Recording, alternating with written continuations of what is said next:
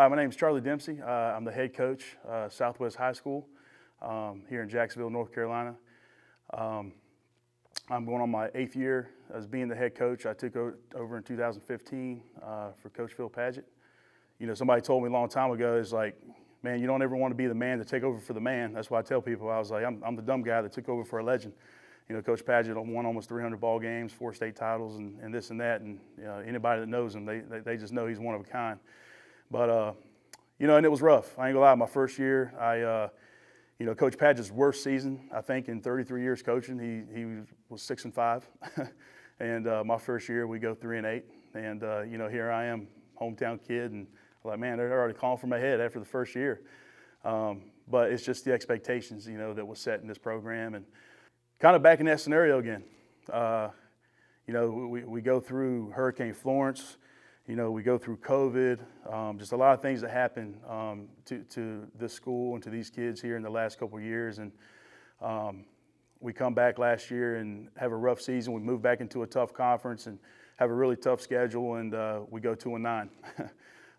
So we're back in familiar territory. It's kind of like, you know, my first year all over again.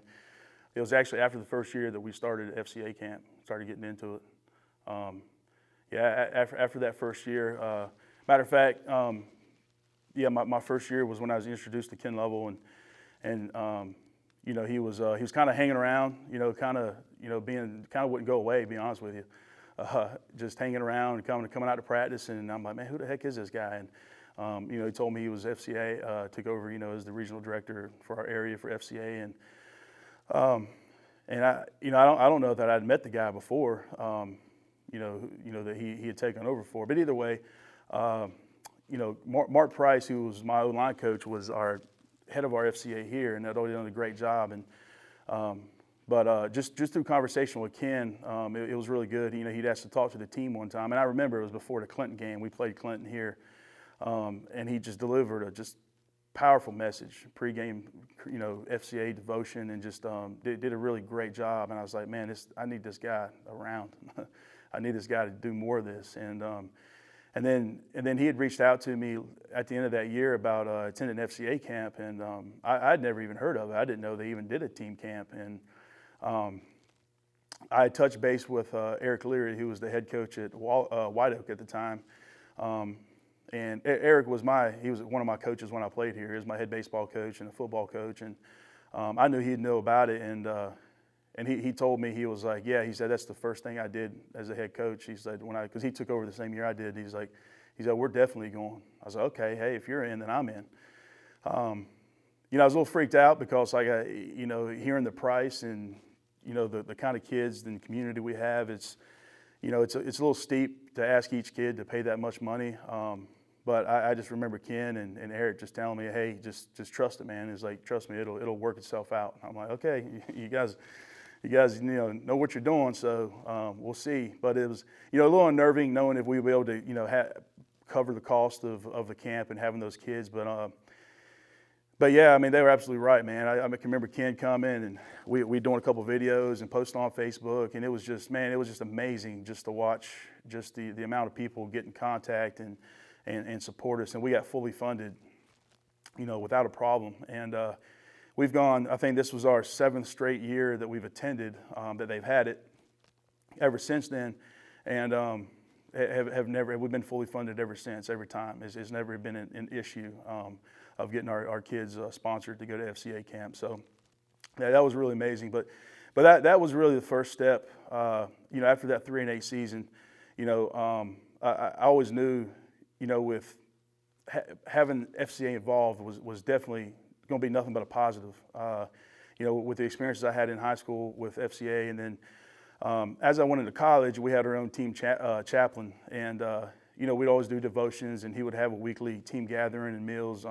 You know, not necessarily FCA, but it was very similar, same concept and same process. And I just know how important that was. The kids hearing a constant positive message, and you know what it could do to a group of kids, and if you get that core group involved, like what it can do and spread to the team. And, you know, we started witnessing that, you know, after that first year. We just, you know, I just seen a change in our kids. I say we have a saying here all the time. Good things happen to good kids that work hard and do the right things. And kids just started buying into hearing those positive messages. That being one of them, and the things they learned at FCA camp, and then what we continued with Ken, over the process. So I knew right away that was going to be something I did continuously, every year that I had opportunity, it was to keep FCA involved in my program. Well, so this year is, compared to last, is, I don't think we've ever quite had, like what's taking place right now, knock on wood. I don't want to jinx anything, but with just the commitment afterwards with, like for instance, we had the kids that were interested in getting baptized.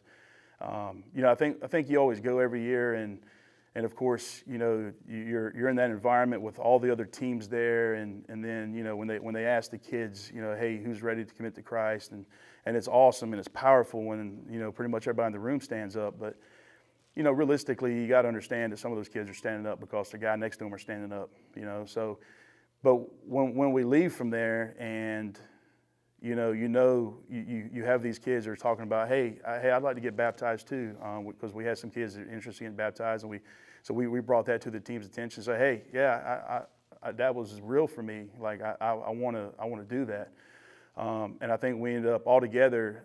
Actually, we had some female athletes join in as well. I think there was altogether 14 kids that had gone out, and I think we're going to do another one next month as well. For a couple kids that missed it, so we may even have some more. I hope, knock on wood. We'll see. But yeah, the first years we went, and I think that's the good thing of just continuously to do it is you see where it can grow into. But for me, it was just obvious signs of just seeing.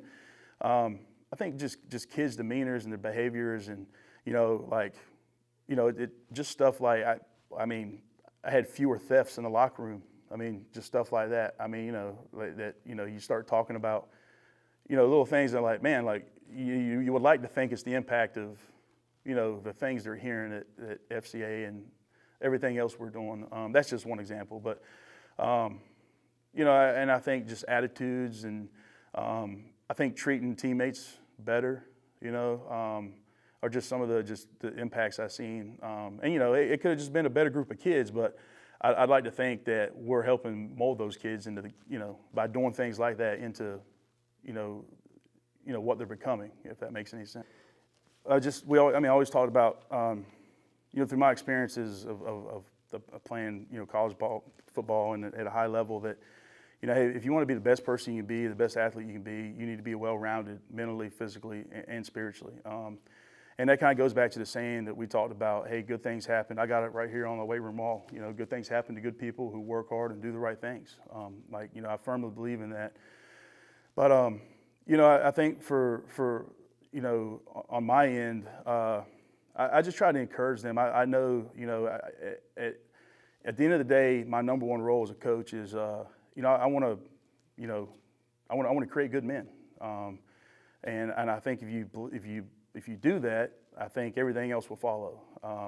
Of course, at the end of the day, we all want to win, but first and foremost, it's my job as a coach to teach the accountability and the responsibility, because that is ultimately going to set the kids up for success, down the road. I tell kids all the time, I had a great career, man, playing football in high school and college. I have a ton of trophies and rings and things like that, and they're in a box somewhere in my garage collecting dust, and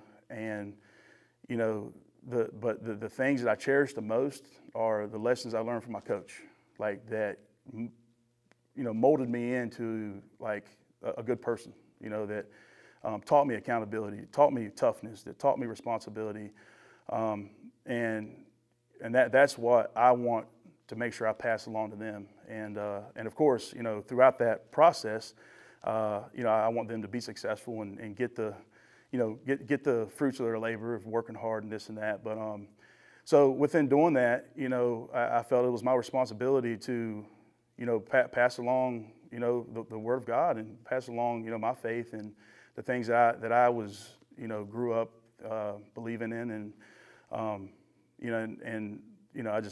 I I think, having the platform that we have as coaches, and in the environment we have, gives us the great opportunity to do that. Bring it right in here. Come on, JJ. Get on breakdown. Let's go. Everybody bring it tight. Let's go. Hey, crank up on me. Crank up on me. 1, 2, 3. Crank up. There we go.